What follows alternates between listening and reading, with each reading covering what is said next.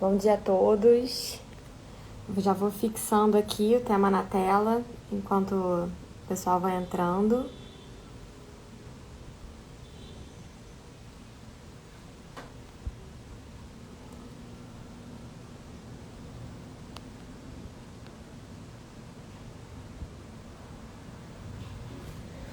Bom, pessoal, bom dia a todos. Estamos retomando hoje, né? Hoje é a live inaugural de 2021 do nosso projeto das quartas processuais, né? Em primeiro lugar, eu queria dar um feliz 2021 a todos, que é a nossa primeira, né?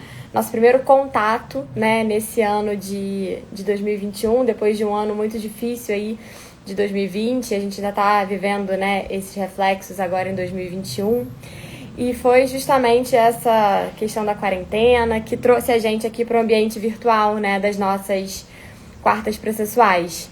Queria saudar aqui o nosso coordenador, Marcelo Mazzola, que acabou de entrar. E hoje o nosso convidado é o professor Daniel Mitidiero. E ele já está aqui, já vou enviar aqui o convite.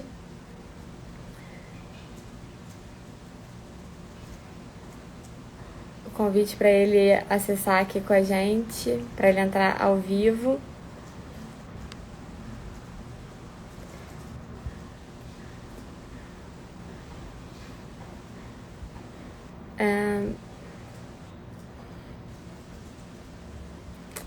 Mitidiero, na verdade, eu tô tentando te convidar aqui e o Instagram não tá deixando. Você consegue me enviar a solicitação para entrar ao vivo aqui comigo? Tá dizendo uma questão de atualização aqui.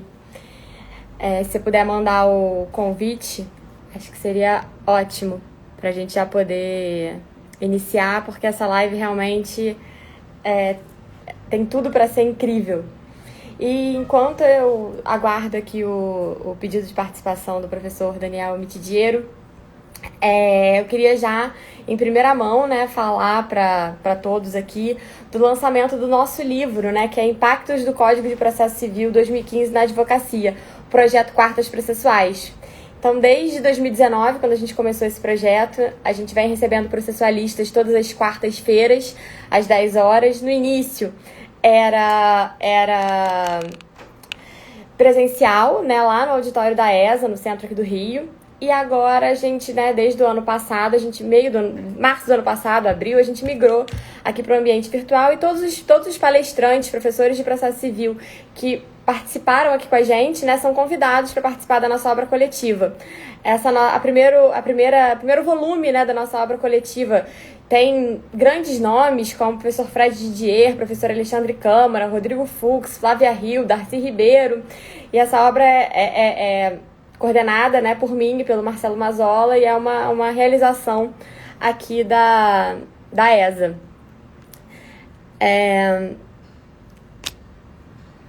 Eu tô aqui aguardando a solicitação do professor Daniel Mitidiero, que eu não consegui enviar aqui para ele. De acordo aqui com o aplicativo do Instagram, diz que Daniel Mitidiero deve atualizar o aplicativo para participar.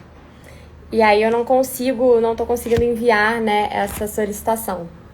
E aí voltando aí ao assunto do livro, né, a gente já conta com esses grandes nomes do nosso primeiro volume, que vai ser lançado muitíssimo em breve. A gente já deu aí um spoiler, né, para quem segue a mim e a Mazzola aí nos nossos Instagrams, a gente já deu uma prévia aí do que vem, né, com sumário, e em breve, muito em breve vai ser lançado e vai estar disponível aí à venda. E aproveitando esses minutinhos aqui até que a gente consiga se conectar, né, com o nosso palestrante de hoje, eu queria dar um outro recado que é relacionado aos cursos da ESA. Então a gente vai retomar agora, né, a partir de abril, 5 de abril, já também outra informação aqui em primeira mão, o nosso curso de atualização em Direito Processual Civil, que a gente teve no segundo semestre do ano passado.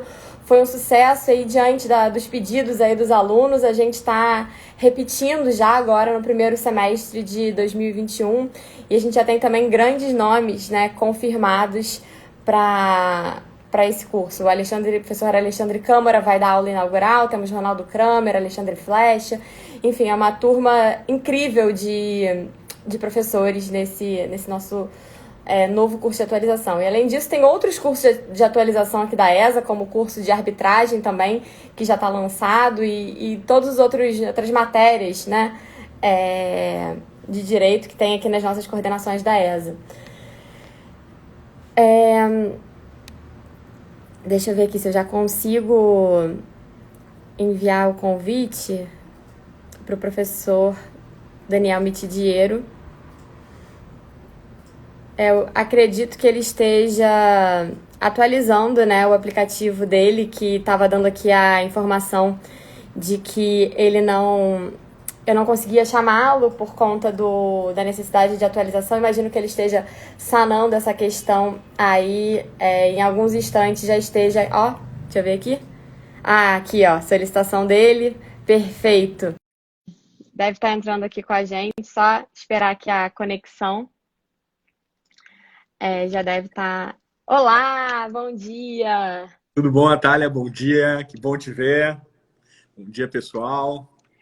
Ah, Daniel, é uma grande alegria, né? Como eu já te disse ontem aí nos bastidores, é uma grande honra para a gente, né, aqui na ESA, receber você, um grande processualista, na nossa live de abertura de 2021. E assim, eu me sinto muito honrada de poder, na qualidade de coordenadora aqui adjunta, de ter tido a oportunidade, né, de conduzir que essa live de abertura de 2021. Na verdade, quando já era presencial, sempre eu e o Mazola estávamos juntos, mas agora com essa mudança aí para o ambiente virtual, aí cada um no seu home office, e aí a gente não consegue estar junto, então é um ou outro aqui. Então, assim, eu fico muito feliz de ter você aqui, me sinto muito honrada de te receber aqui no nosso cantinho virtual. E aí, assim, antes de eu te passar a palavra, só fazer o nosso protocolo aqui das nossas quartas processuais, que é apresentar rapidamente, né, o nosso palestrante do dia. Então, pessoal, como todos conhecem, a gente está aqui hoje com o professor Daniel Mitidiero. Ele é pós-doutor em Direito, aí eu peço perdão pela minha falta de italiano, pela Faculdade de Jurisprudência da Universidade degli Studi di Pavia, doutor em Direito pela Federal do Rio Grande do Sul, professor associado de Processo Civil da Federal do Rio Grande do Sul, advogado, autor de inúmeras obras, entre elas a que a gente vai falar hoje aqui, né, que é o recentíssimo lançamento do professor Daniel Mitidiero, agora desde um livro lançado esse ano, e que ele vai poder contar um pouquinho mais pra gente, que, salvo engano, foi escrito aí, né, durante o nosso período de quarentena e de isolamento social. Então, Daniel, muito bem-vindo aqui ao nosso cantinho virtual. Muito obrigado, Natália. Eu quero dizer que para mim é uma grande alegria estar aqui contigo, estar aqui com todas vocês que estão aqui nos acompanhando. Dar um salve para o Mazola, que não sei se ele está aqui ainda, mas, enfim, deixo registrado o meu salve para o Mazola também.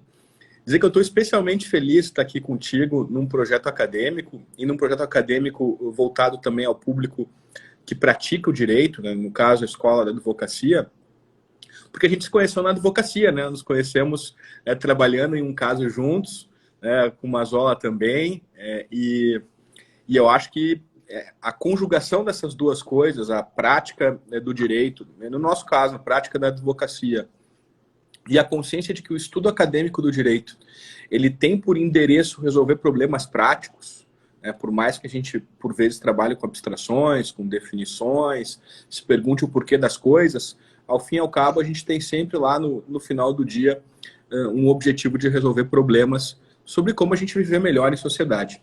Então, ter te conhecido num ambiente prático e depois a gente ter conseguido desenvolver assim o diálogo acadêmico, para mim também é um motivo de grande alegria. Então, só tenho a agradecer por vocês me convidarem para abrir as quartas processuais de 2021. Muito obrigado mesmo. Imagina, para mim é uma grande, como eu já disse, uma grande alegria, e ter tido essa oportunidade de trabalhar com você, de te acompanhar num despacho, num caso, foi assim, incrível, né? Foi uma grande oportunidade, já conhecia, já tinha lido muitas obras suas, mas realmente foi especialmente importante, né? Ter aprendido também, né, na condução do despacho, na aplicação prática, né, do nosso direito. Imagina. Bom, e aí conta um pouquinho pra gente do seu novo livro, da sua nova obra, né? Que é o tema, né, da nossa live de hoje, o processo civil. Como você nunca viu isso, essa frase, esse tema até eu tirei de uma outra live, de uma outra live sua, que eu achei incrível, e eu acho que é exatamente a forma de apresentação desse seu novo livro, é uma releitura, né, do direito processual civil, uma reconstrução. E como eu te disse até ontem, quando a gente falou, eu gostaria de estar na faculdade ainda para poder aprender processo civil pela primeira vez com esse seu livro, que eu acho que realmente a minha jornada teria sido mais fácil até aqui, porque você trouxe algumas metáforas. E aí até a primeira pergunta que eu te faço é como é que surgiu essa ideia, antes da gente entrar, né, das duas metáforas que a gente vai tratar aqui hoje, duas ou três, como é que surgiu essa ideia, como é que surgiu a ideia de escrever esse livro e traduzir, né, praticamente desenhar o processo civil pra gente? Vamos lá. Sabe que assim, assim, o mundo tem coisas que a gente não explica, né? Eu nunca tinha lido livros sobre como escrever livros, né? Eu comecei a escrever em 2003, publicar livros em 2003, e muito, claro, conhecia as regras básicas da gramática e me inspirava muito nos autores que eu lia, e de um modo geral, os autores que eu lia eram autores mais velhos, que tinham um vocabulário mais velho, e aquilo, de certo modo, eu fui absorvendo e fui trabalhando dentro daquele horizonte. Depois comecei a amadurecer, a gente acaba achando o nosso estilo, comecei a ler outros autores, comecei a ser influenciado por outros autores. Mas eu nunca tinha lido nenhum livro sobre como escrever, né? E aí, ano passado, pré-pandemia, fevereiro, eu estava na praia e resolvi ler 2 livros sobre como escrever. Um do Steven Pinker, chamado Guia de Escrita. Em inglês é The Sense of Style, mas tem uma tradução para o português maravilhosa, que foi o que eu li, na verdade. Guia de Escrita, de Steven Pinker, que é o mesmo cara que escreveu o Novo Iluminismo, o cara que escreveu Os Anjos Bons da Nossa Existência. É um super best-seller. Ele é um neuropsicólogo, trabalha em Harvard. É um baita cara. E o outro livro, esse é um livro da primeira década do século XXI. E um livro de um professor de letras de Yale, Como Escrever Bem, do Zinsser. É um clássico do jornalismo norte-americano.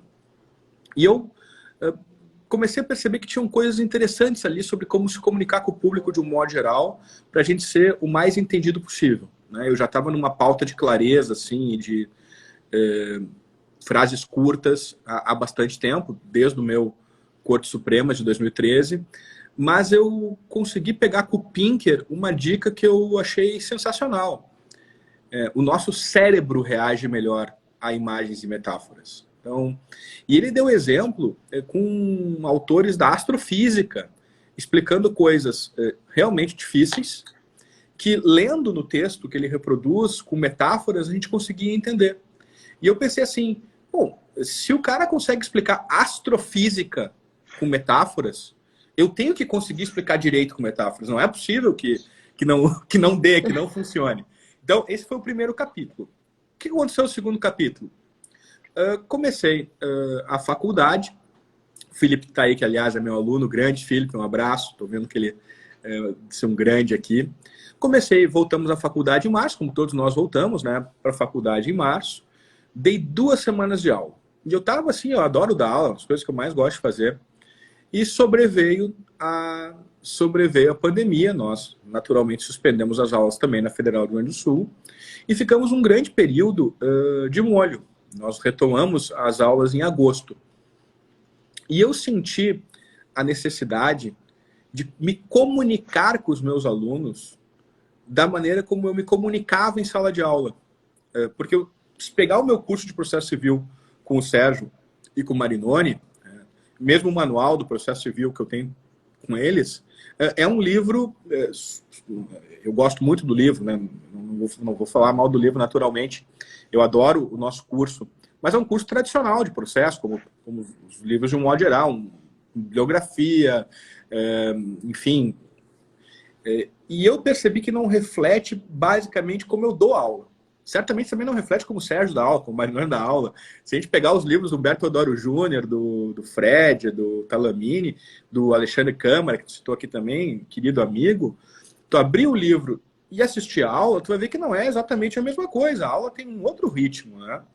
E eu pensei assim, eu preciso fazer com que alguma coisa escrita minha tenha o ritmo da minha aula, né? Tenha, de algum modo, reflita as coisas que eu costumo dizer em sala de aula, né? E aí, então, eu comecei a escrever esse projeto, liguei para a RT e disse, olha, eu quero escrever um livro geral sobre o processo, que trate lá desde a teoria geral do processo até a tutela do direito, né, enfim, os resultados que o processo entrega, numa linguagem diferente, com metáforas, com cultura pop, porque eu gosto de arte, eu gosto, enfim, música, essas coisas, cinema. Então, de algum modo, tornar o processo civil algo diferente do que a gente vinha praticando nos livros.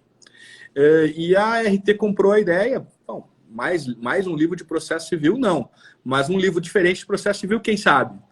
Aí me dediquei a escrever esse livro ano passado, escrevi até relativamente rápido, e me dediquei a fazer desenhos. Naturalmente, eu esbocei desenhos, a equipe da RT depois trabalhou em cima dos desenhos, fizemos visual law, aí agregamos vídeos, porque, enfim, aí é para ser um livro do século XXI, um livro diferente, né? Uma coisa realmente que não tem, assim, né? E não quero dizer que com isso é melhor que os outros, jamais diria isso. Eu quero apenas dizer que é diferente, né? Então, foi uma coisa diferente que eu resolvi fazer. E eu acho que está dando um bom resultado, sabe, Natália? O pessoal está recebendo o livro, está gostando. Você mesmo ontem me disse. Eu fiquei super feliz com a percepção de que é algo diferente, é uma tentativa de tornar mais simples o processo, mais leve o processo, mas, ao mesmo tempo, sem esconder os problemas inerentes à nossa disciplina, né? Sem apresentar uma bibliografia compatível com um estudo sério do processo. Então, eu realmente fiquei bem feliz. O nosso querido amigo Câmara está entrando aí. Salve, Câmara! Acabei de Uma falar o teu alegria nome ter ele aqui. Bom, mas já assim, agora que a gente, né, todo mundo já está na mesma página e de como surgiu esse seu projeto, vamos, que eu tô ansiosa para a gente tratar, né, das metáforas que a gente conversou para falar aqui hoje rapidamente, senão não vai. Essas lives são muito rápidas, né? O tempo voa. Então, aí, se você já puder falar para a gente um pouquinho, acho que a gente vai começar pelo fio, nós e rede, né? Isso. O que isso tudo tem a ver com o nosso processo civil? Eu acho que a principal característica do processo é o fato de que ele, sim, vamos lá, né? Claro, o processo envolve um diálogo entre autor, juiz e réu. E nesse sentido ele tem 3 nós, né? Mas o processo também, ele tem como principal característica o fato de que ele se desenvolve no tempo.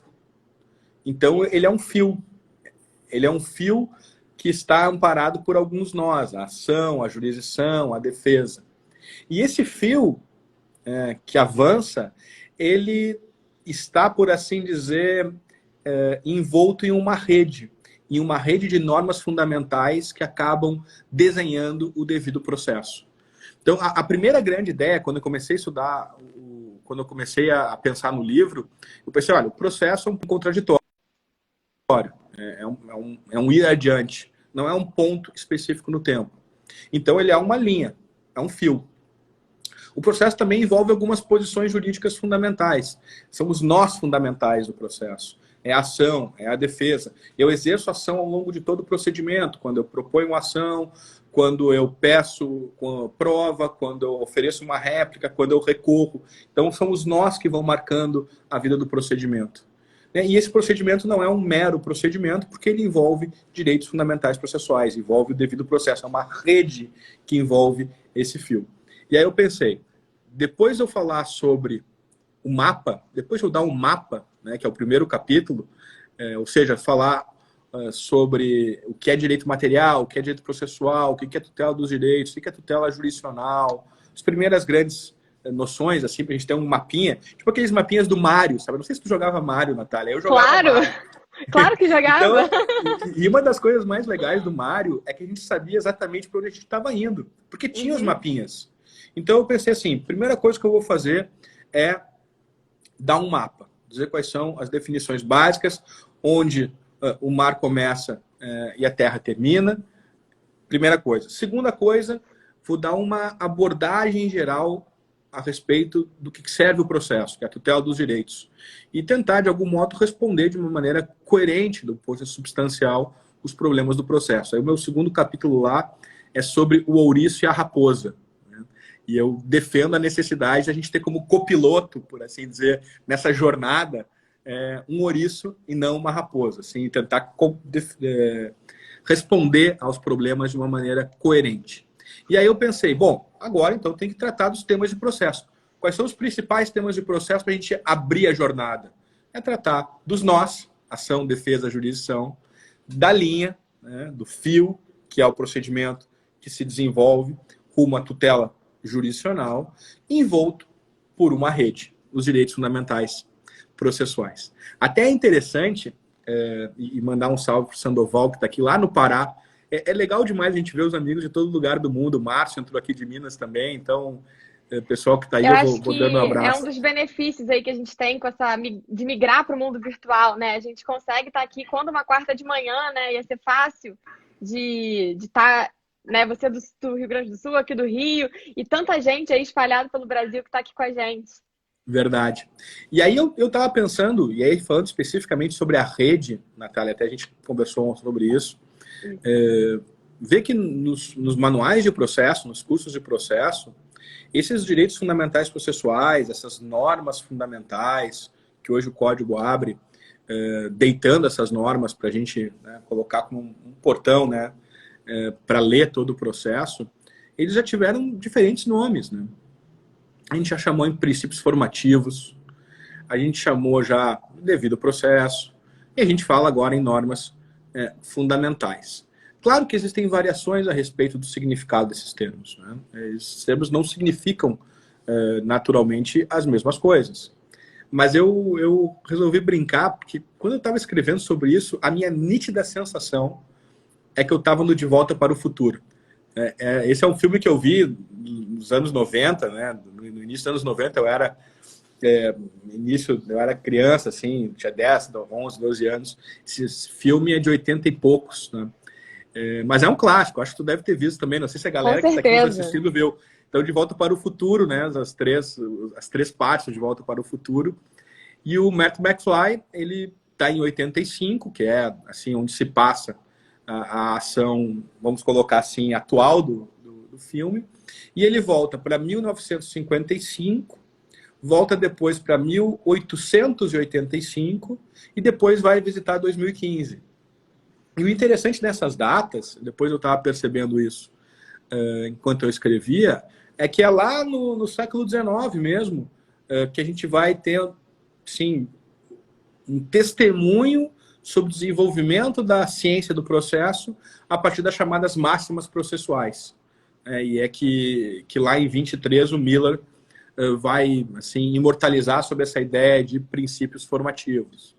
Depois é 55 que a gente tem o rescaldo da Segunda Guerra e a necessidade de colocar o processo sob as vestes do constitucionalismo para não deixá-lo nas mãos das maiorias de ocasião, vamos colocar assim. E o que vai acabar aparecendo no Brasil em 88, 85 com a Assembleia Nacional Constituinte, 86, e 88 com a consagração do devido processo.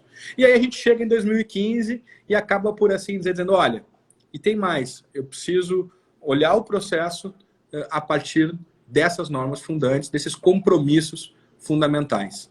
Né? O Paulo Mendes também está aqui, quero mandar um abração para ele, a Estela também. Pô, obrigado, Estela, pelo elogio. Eu fico feliz de estar aqui com todos vocês. Mas então, essa primeira metáfora, ela me remete a várias outras metáforas, Natália. Mas basicamente é essa. O processo é um procedimento que segue, que vai adiante. É um procedimento que envolve pessoas, então tem alguns nós fundamentais e que está necessariamente envolvido por uma rede, né, pelos direitos fundamentais ligados ao devido processo. Cara, essa explicação, assim, essa relação de tudo realmente traduz, né, em imagens, facilita, né, totalmente a compreensão aí dessas nossas normas fundamentais e como elas devem nortear a leitura do processo, do código, do início ao fim, né? A gente sempre tem que ler com os olhos voltados lá para dentro dessa rede, né?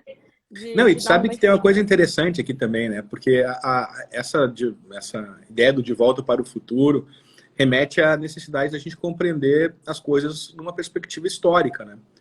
E o que aconteceu também é que se a gente olhar para os principais modelos do Código de 73, o Código de 73, para aqueles que não trabalharam com o Código de 73, mas os que trabalharam vão lembrar, o Código de 73 ele abria falando na jurisdição. Então, tinha um processo de conhecimento, livro 1, e o artigo 1º tratava da jurisdição. Muito bem. Quais eram os modelos que o Código 73 tinha, né, para que ele pudesse se estruturar, para que ele pudesse ser pensado? Tinha a DZPO alemã de 1877, né, tinha que abria falando da competência e da jurisdição.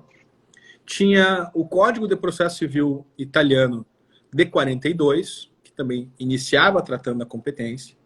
E é claro que tendo por modelo esses dois grandes monumentos legislativos, é claro que o Código de Processo Civil de 73 ia acabar começando tratando das coisas do Estado, tratando da jurisdição. Ele tratava da jurisdição. Só que o tempo passou, né? E em 75 a gente teve o Código de Processo Civil francês. E o Código de Processo Civil francês de 75, ele abre falando dos princípios diretores do processo. Os princípios que presidem o processo. E para a gente terminar o século XX, em 97, a gente teve as Civil Procedure Rules inglesas, em que a gente tenha condições de ver lá claramente que o legislador abre falando sobre os compromissos fundamentais do processo civil. Então, veja que em 2015 nós tínhamos uma outra perspectiva. Em 2015 nós já podíamos perceber que um código de processo gestado em um ambiente democrático, com uma maior preocupação com todos aqueles que participam do processo, e não vendo o processo só sob um ângulo específico da jurisdição, um processo mais equilibrado, vamos colocar dessa maneira, é um processo que tem que começar com princípios diretores, com compromissos fundamentais, com normas fundamentais. Então, eu acho que o nosso código ele foi muito feliz ao abrir com as normas fundamentais. Acho que valeu a pena. Foi uma volta para o futuro importante. Sim, sim, não, com certeza. É muito importante, né, que a gente, como eu falei há pouco, a gente enxergue com esses olhos, né, que eu acho que muitas vezes isso acabava passando ao largo, né, a gente não tinha essa preocupação, esse cuidado sempre de estar observando e lendo e interpretando à luz das normas fundamentais. E aí eu acho que, de repente, a gente passou aí a primeira meia hora, tô ansiosa com a segunda metáfora das partidas de futebol, das escadas, dos andares. O futebol é uma paixão nacional aqui na ESA. O Mazola, nosso coordenador, é um grande atacante, um grande centroavante aí das peladas da vida. Então, acho que ele também vai adorar saber um pouquinho mais sobre essa sua metáfora. Pô, essa também foi uma boa. Só não vai me dizer que ele é flamenguista, Natália. O cara tem esse defeito. Ele tem esse defeito. Graças a Deus eu não tenho. Boa, ainda bem. Sou tricolor. É tricolor, olha aí, que beleza. Somos tricolores. Isso foi uma coisa legal também, tá? Que eu acho que vale a pena a gente conversar. Porque, olhando bem o processo civil, acho que a primeira coisa é ver que o processo civil tem um objetivo, né? Dar tutela aos direitos. E esse objetivo de dar tutela aos direitos, né, dentro do que eu venho desenvolvendo com o Marinoni, com o Sérgio e o pessoal em geral que trabalha junto com a gente, que estuda junto com a gente, essa tutela dos direitos, no mínimo, ela pode ser vista numa perspectiva particular e depois numa perspectiva geral. Uma perspectiva particular, numa perspectiva geral. Nessa perspectiva particular, o processo civil visa a resolver um caso concreto. O endereço é para as partes. O principal objetivo é o dispositivo, é formar um comando que regule a vida das partes. Onde é que está escrito isso? Embora isso seja uma teoria, que não precisa rigorosamente estar escrita no código, está lá no código. O artigo 6º do Código de Processo Civil diz que o processo civil visa a viabilizar uma decisão de mérito justa, efetiva e tempestiva para as partes. Artigo 6º do CPC. Então, o processo civil tem um compromisso com a tutela dos direitos em particular, com resolver um conflito, resolver um caso, com justiça. Se eu pular 920 artigos para frente, eu vou ver que o processo também tem um outro objetivo. O processo, ele visa dar tutela aos direitos em geral. Ou seja, ele visa dar unidade ao direito mediante precedentes. Então, partindo do pressuposto hoje que os textos são equívocos, as normas são vagas, eu preciso decidir sobre o significado de textos, eu preciso decidir sobre o alcance das normas. Então, o processo civil, ele oportuniza um amplo debate sobre o significado da ordem jurídica. E a partir dos casos concretos, eu tenho a formação de uma orientação geral. Tenho a formação de um precedente, cujo endereço não são as partes, cuja parte que se consubstancia não é o dispositivo, mas o endereço geral, para que a gente possa saber como a gente deve se comportar. Os filósofos até hoje discutem para que serve o direito, quais são os fins do direito. Mas uma coisa é certa, o direito serve para pautar condutas sociais e dizer como eu devo me comportar para que eu possa viver de acordo com o direito. Então, se eu conjugar essas duas pontas, né, artigo 926, na minha leitura, as Cortes Supremas devem promover a unidade do direito mediante precedentes. Com o artigo 6º, eu preciso resolver com justiça os casos concretos, eu vou perceber, conjugando isso com o organograma da Justiça Civil brasileira, que eu tenho uma correspondência muito substancial entre esses dois objetivos e diferentes andares da Justiça Civil brasileira. A ponto de eu poder chegar à seguinte afirmação, e aqui é que vem a metáfora. O processo civil que visa a resolver um caso concreto, ele é como uma partida de futebol que se desenvolve em 90 minutos. Tem um primeiro tempo e tem um segundo tempo. Então, a gente tem lá o primeiro tempo perante os juízes e juízas de primeiro grau, juízes estaduais, juízes federais, juízes do trabalho. E nós temos um segundo tempo perante as cortes de justiça. Os tribunais de justiça, os tribunais regionais federais, os tribunais regionais do trabalho. A gente tem um duplo grau. E esse duplo grau, a gente tem todo e qualquer lance admitido. A gente pode, naturalmente, dominar a bola no pé, jogar com os pés, naturalmente, dominar no peito, cabecear, a gente pode cobrar lateral, escanteio.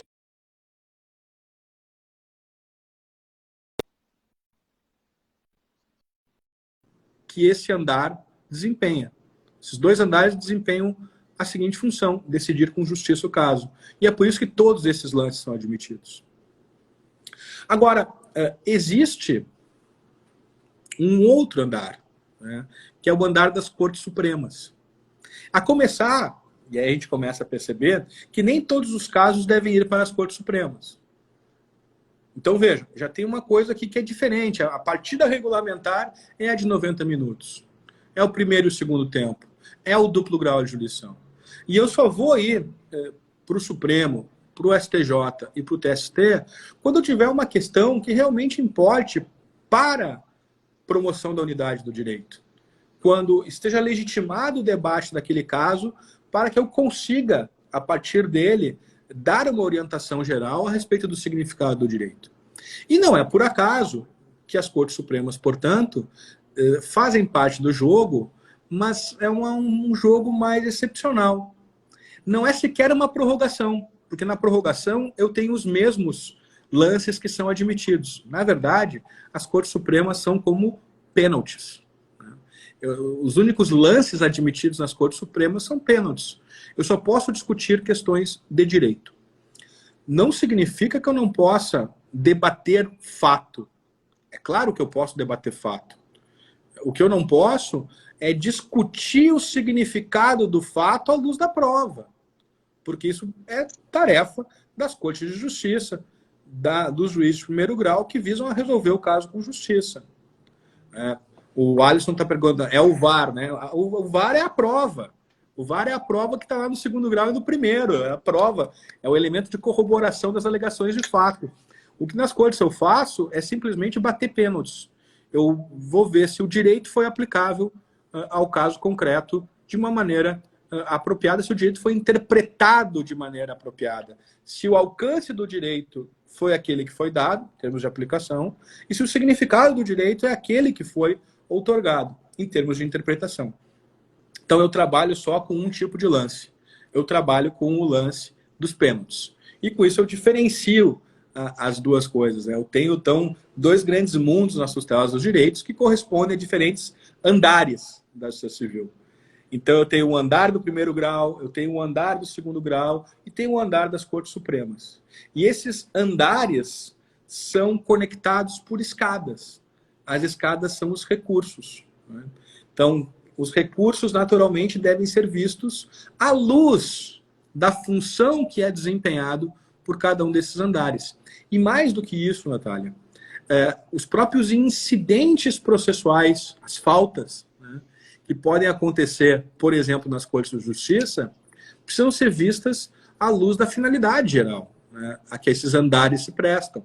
Então, se uma Corte de Justiça é uma corte que visa a decisão justa do caso, então o IRDR e o IAC, para pegar dois exemplos bem concretos, não podem ser compreendidos como incidentes voltados à uniformização de teses ou a formar precedentes. Não. O IAC uniformiza a jurisprudência, com um efeito obrigatório para aquele tribunal e os juízes ali vinculados. O IRDR visa resolver questões idênticas. Né? Sequer é um problema ligado só a teses. Visa resolver questões idênticas. Uma espécie de collateral estoppel para proibir a litigação das questões naqueles casos. E aí eu tenho um compromisso, por assim dizer, de interpretar o sistema, e aí vem o ouriço, vi que o Marcel, manda um salve para o Marcel aqui, lembrou do ouriço, aí eu tenho o ouriço funcionando para dizer, olha, o que está num andar tem que ser interpretado de acordo com as regras daquele andar. E o que está no outro andar tem que ser interpretado de acordo com as regras do outro andar. Não dá para ficar misturando as coisas, porque eu preciso dar soluções coerentes do ponto de vista substancial. E para usar uma metáfora aqui, se for uma pelada eu posso jogar descalço, mas se eu estou jogando de campeonato, eu preciso estar de chuteira. Quanto mais os cadarços, os laços da minha chuteira tiverem presos, firmes, menor é o risco de eu cair em campo enquanto eu estou correndo, enquanto eu estou jogando. Menor é o risco. A coerência substancial, ela nunca é sim ou não. A coerência substancial, ela é sempre em graus. Sim. Então eu posso estar com os cadarços mais apertados ou menos apertados. Os cadarços mais apertados são aqueles que me permitem dar soluções coerentes com os andares que eu estou, por assim dizer, andando. Então, se eu estou numa corte de justiça, eu tenho que procurar interpretar os incidentes, os recursos, né, as escadas e os lances, de acordo com esse panorama geral, com a big picture que a gente tem ali traçada. Então, é muito importante ter um ouriço, né, como técnico lá assistindo. Com certeza. Com certeza. E uma coisa que eu achei muito interessante é que poucos são os jogos, né, que a gente vê ir para pênalti. E na prática, o que a gente vê é todo mundo tentando acessar as nossas cortes superiores, né, tentando driblar, né, os óbices de admissibilidade para tentar, de alguma forma, levar e rediscutir, quando, na verdade, o nosso STJ, nosso STF, o próprio TST estão ali para definir questões de direito e a gente está assoberbando eles com questões que pouco relevantes e que, enfim, sede de agravo em RESP, e agravo em RE, que acabam chegando, entre aspas, na marra, né? Tentando ultrapassar e lotando aí o acervo das presidências, né? Que fazem lá esse primeiro exame. Então, eu acho que, da mesma forma que são poucas as partidas que podem chegar aos pênaltis, a gente tem que pensar isso para o nosso processo civil aqui, na nossa prática da advocacia mais responsável, né? Eu acho que é exatamente isso, Natália. Tu feriu bem o ponto, porque, na verdade, o que a gente está vivendo é um momento de transição. Tá? Já há alguns anos, a gente está vivendo um momento importante de transição. Né? E esse momento importante de transição, ele diz respeito a uma redefinição da justiça civil como nós a conhecemos, né? E de como nós praticamos o direito. Assim, embora só exista, do ponto de vista normativo, repercussão geral no Supremo Tribunal Federal e transcendência no TST, existe, evidentemente, um filtro implícito no STJ de relevância, de repercussão geral das questões. Né? O STJ ele acaba conhecendo os recursos, ou deveria conhecer os recursos, apenas quando eles forem relevantes para a definição do direito federal. E nesse ponto aí, vai passar, né, esse projeto aí de mudança para ter esse filtro, vai passar. Vai, e mais do faço que até isso. um destaque aqui para a dissertação de mestrado do Rodrigo Salomão, que fala justamente sobre a questão do filtro da relevância que está por vir aí a qualquer momento. A gente recebeu ele aqui nas quartas processuais, ainda um pouquinho antes da pandemia, no ano passado, não foi exatamente sobre isso que ele tratou, mas é uma obra importante sobre esse assunto. Ótimo, meu abraço para o Rodrigo também. Sem dúvida, e se a gente casar isso, Natália, com aquele movimento que também nós tínhamos antes da pandemia, com o redimensionamento da segunda instância, que a PEC foi chamada de prisão em segunda instância, mas na verdade a PEC não era sobre prisão em segunda instância. A PEC era sobre a transformação do recurso ordinário em recurso especial em ações impugnativas autônomas, que é uma tese clássica do Calamandrei de 1920. Ou seja, é como eu transformar um recurso especial em recurso ordinário numa ação rescisória. Grosso modo é isso. Então, se tu conseguir conjugar um filtro de repercussão geral no TST, no STJ e no Supremo, e realçar o caráter excepcional impugnativo de uma ação em que eu começo tudo de novo, a gente vai ver que, de fato, o grosso da justiça vai ser tratado pelo primeiro e segundo grau, pelo duplo grau. São os 90 minutos. Como tem que ser. E aí a gente tem que trabalhar para termos um processo com direitos fundamentais processuais observados, né, com garantias bem observadas. Ganhar e perder é do jogo, né? Às vezes a gente ganha casos que a gente deveria perder, a gente perde casos que a gente deveria ganhar. São coisas do dia a dia da advocacia. O que a gente precisa é fazer com que o processo passe credibilidade para a sociedade e para as partes. E como é que eu faço para que o processo passe credibilidade para a sociedade e para as partes? Direitos fundamentais processuais. É o direito de ser ouvido, o direito de influir, o dever do juiz de fundamentar, publicidade, transparência, tudo isso dá accountability para a justiça civil e da justiça processual. E com essas coisas, a gente vai conseguir redimensionar a justiça civil no nosso país. Eu tenho certeza que a gente vai conseguir redesenhar isso, porque é algo muito importante. E aí vai ficar cada vez mais claro, né, só para pegar o gancho, vai ficar cada vez mais claro a necessidade da gente ter o processo civil como uma partida de futebol, em que o regulamentar são os 90 minutos e o excepcional é ir para o Supremo, para o STJ e para o TST. Não por acaso, recurso ordinário e recurso especial devem ser vistos não como ius litigatórios, como recursos previstos no interesse das partes, mas como ius constitutionis, ou seja, recursos previstos a partir do interesse de definição do significado da ordem jurídica. Tu vê que o Zé Roberto aqui está se manifestando pelo Flamengo aqui, Natália. Tem como a gente cortar aqui esse pessoal do Flamengo? Um salve pro Zé Roberto aqui. Vamos cortar esse pessoal do Flamengo.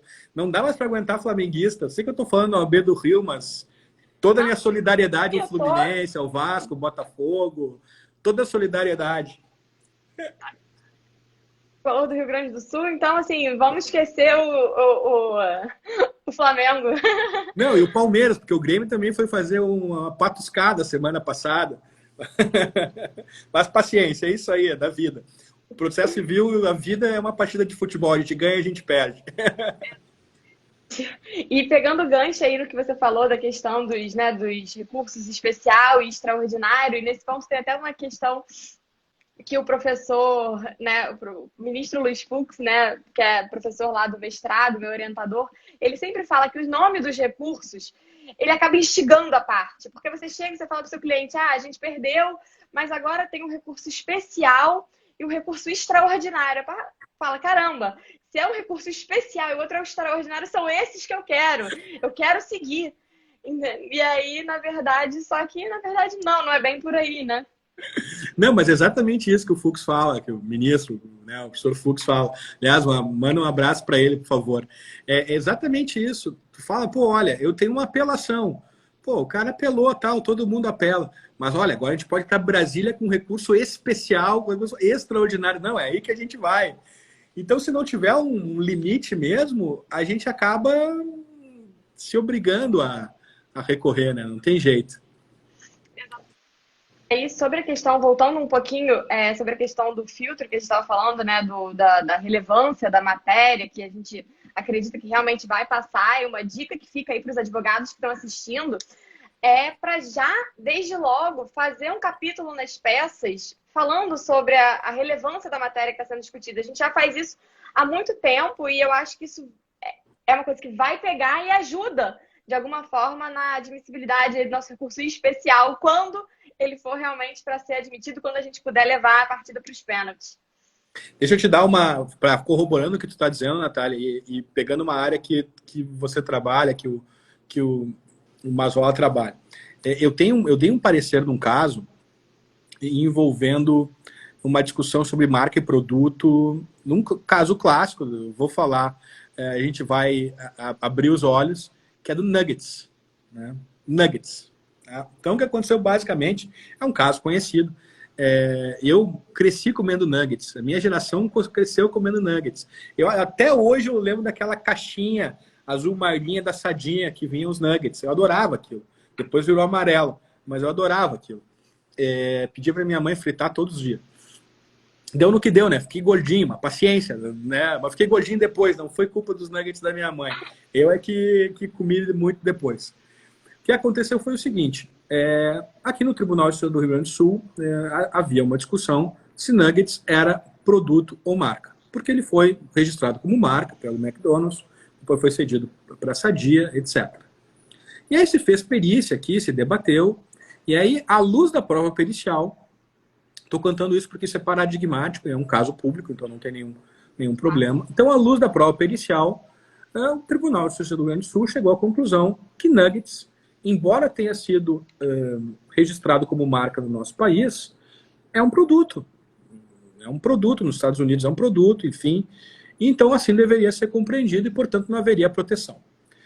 É possível discutir isso, enfim, não é a questão de mérito agora, não importa. Tá? Bom, e aí, então, o pessoal interessado na manutenção dessa decisão do Tribunal de Justiça, me pediu um parecer sobre a admissibilidade do recurso especial. Muito bem, eu dei o parecer, né? Mas eu já disse, olha, pelas regras do jogo aqui, esse recurso especial não deve ser admitido, pelas regras do jogo. Mas o caso é interessante, e muito provavelmente esse recurso vai ser admitido. Não deu outra. Natália, fui lá despachar com o ministro o recurso, ele me ouviu super atentamente, o ministro super, não vou falar o nome dele agora, mas o ministro super competente, um cara sensacional, muito culto, me ouviu com toda a atenção, com toda a gentileza do mundo, e disse assim, Daniel, fica tranquilo, pode dizer para o teu cliente se concentrar no mérito, porque eu vou admitir esse recurso especial, porque é muito interessante a matéria, então eu vou examinar. É nuggets, né, Daniel? Eu vou examinar isso, gostei do caso, eu vou examinar, é importante a gente ter essa definição. Ou seja, um caso clássico de inadmissibilidade pela teoria tradicional, né, acaba se convertendo num caso que vai ser decidido pela STJ pela relevância, pela repercussão. Então, isso que você falou é fundamental. A gente tem que atentar nas nossas peças a já demonstrar que, olha, esse caso aqui é um caso importante, ele tem repercussão, tem transcendência. A partir daqui a gente vai poder o quê? Dar unidade ao direito. Né? E daí a gente volta à ideia de que é um outro objetivo, que são é uma outra técnica. Às vezes o cara que está no time principal lá, zagueirão, joga bem, pode não ser o melhor para bater o pênalti, aí vamos fazer uma troca. Enfim, eu acho que é bem importante isso. Não, é, e aí só um parêntese ainda sobre essa questão aí da admissibilidade dos recursos que nem sempre tem, né, preenchem exatamente, né, os requisitos.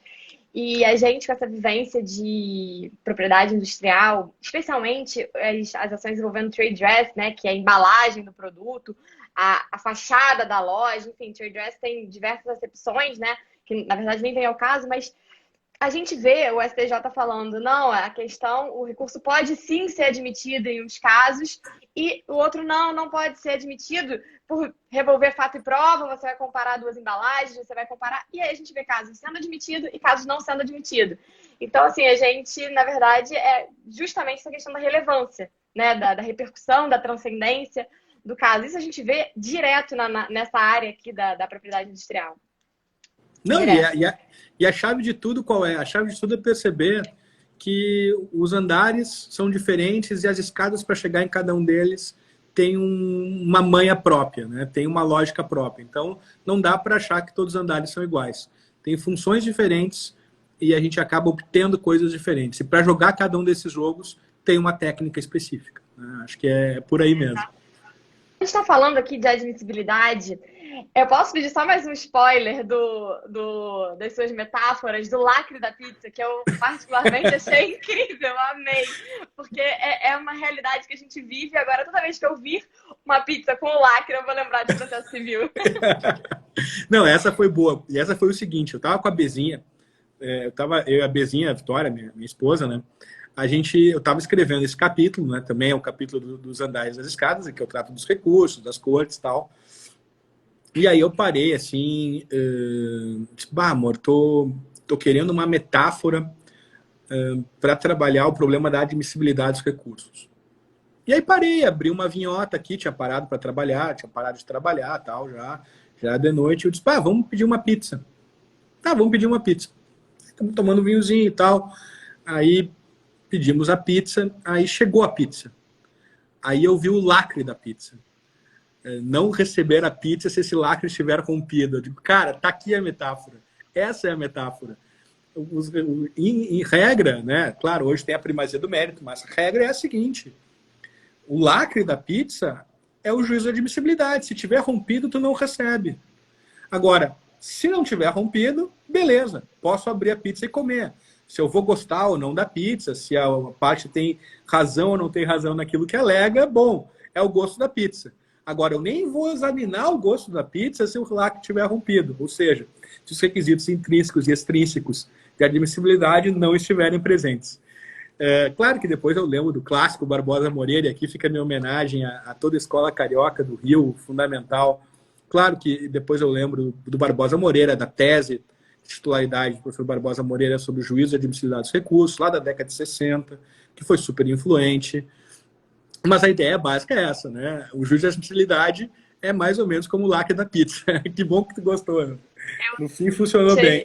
Eu achei o máximo essa questão do lacre da pizza, porque realmente a gente fica ansioso para pegar, né, o recheio, a pizza, o mérito, e na verdade pode ser que a gente nem chegue lá se o lacre, né, tiver rompido, se a gente não preencher os requisitos. E assim, a primazia de mérito, a Natália, estagiária, né, estudante, amava pegar os recursos. Eu era rata de procurar forma de alcançar a inadmissibilidade, para fazer as preliminares de inadmissibilidade. Eu pegava o recurso e ficava desesperada para achar, mas assim, hoje em dia a gente sabe que quase, né, a maioria das preliminares podem ser superadas, os óbices podem ser resolvidos, os vícios e devem ser, mas só fazer esse registro aqui, que na minha época aí de CPC de 73, né, tem gente aqui mais jovem que não trabalhou ainda na época, mas eu tinha uma grande, assim, ânsia de não abrir, não pegar a pizza, né? De ter o lacre violado. Olha, essa aqui tá com o lacre rompido, vamos devolver. Eu, graças a Deus, nunca precisei devolver uma pizza com lacre rompido, porque vou te contar, ia ser uma frustração enorme, né? A gente esperando aquela pizza lá chegar e ter que mandar embora. Gente, deve ser essa sensação, né, dos julgadores aí de mandar um recurso incrível embora, né, por conta do lacre rompido, por algum óbice aí de inadmissibilidade. Então aí já estamos encaminhando assim para os nossos 5 últimos minutos. Passou em, parece que tem 10 minutos que a gente está aqui conversando. Né, as explicações muito leves, muito, né? E eu acho que na verdade é aquela história do não entendeu o que é que eu desenho. Você desenhou o processo civil, né, nessa sua nova obra e mostrou para gente que ele pode ser fácil, ele pode ser facilmente compreendido. E fica não só para os estudantes, para quem está aprendendo, para quem está começando.